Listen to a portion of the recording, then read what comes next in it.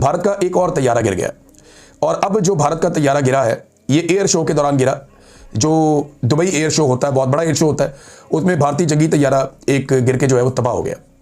और ये तेजस तैयारा है भारत का, अच्छा तैयारा, इतना बुरा नहीं है, लेकिन उनका पायलट भी हलाक हो गया भारत का और आलमी सतह पे भारत को फिर रुसवाई का सामना करना पड़ा।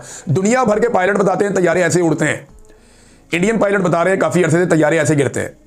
ये 2018-19 में ये सिलसिला शुरू हुआ था, भारत के तैयारे गिरना शुरू हुए थे और फिर एक मरतबा पाकिस्तानी फ़िज़ाइया ने 2 तैयारे गिरा दिए और उसके बाद फिर दोबारा 5-6 तैयारे गिरा दिए और अब वो डोनाल्ड ट्रंप ने 8 तक पहुंचा दिए हैं।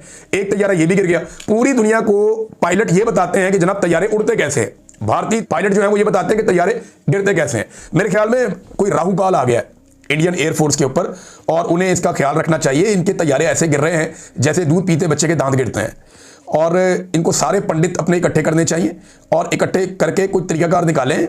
कोई वहाँ पे कोई कुछ चीज़ करें, उनकी जो भी उनके मज़हब में है, कोई रोला रप्पा डालें, कुछ थोड़ा सा कोई सदका दें, जैसे पाकिस्तान में हम मुसलमान तो ऐसे बोलते हैं, तो कुछ करें। वो उनका बहुत बुरा वक्त आया हुआ है इंडियन एयरफोर्स का, बेड़े ही गर्क हो गया उनका और एक के बाद एक तैयारा उनका गिर रहा है। तो ये कोई नया वर्ल्ड रिकॉर्ड बन जाए, इससे पहले अपने सारे पंडित इकट्ठे करो और तो कोई हल इसमें बचा नहीं है। या फिर अभिनंदन को पकड़ के उसको कोई उसकी बलि छली दे दे।